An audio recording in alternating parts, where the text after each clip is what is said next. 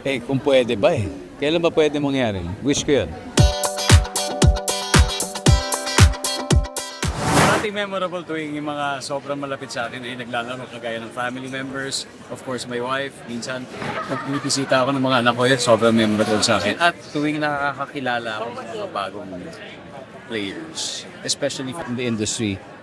Kasi parang alam mo, halos lahat ng mga kasamahan natin dito sa industry nakalaro. So parang hindi ko man sila nakatrabaho literally on screen.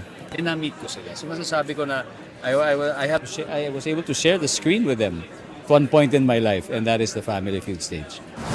Kung pwede ba eh. Kailan ba pwede mangyari? Wish ko yun. So siguro, baka sa isang special episode, makahanap sila ng host for the day. Tapos ako yung magiging contestant. Gusto ko mag-host si Marian, siyempre. Siya yung mag-host.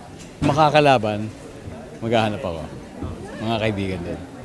Para sa akin kasi tuwing araw-araw bagong set ng mga tanong, bagong set ng mga contestants. So new experience, so walang umuulit talaga eh.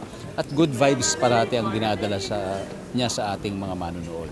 At lalo na ako kahit na host, parang ako rin yung audience, di ba? Parang ang saya talaga. So sobrang enjoy ako. At higit sa lahat, very interesting makita talaga yung mga idol natin, yung mga kilala nating celebrities na sumasagot sa mga survey questions.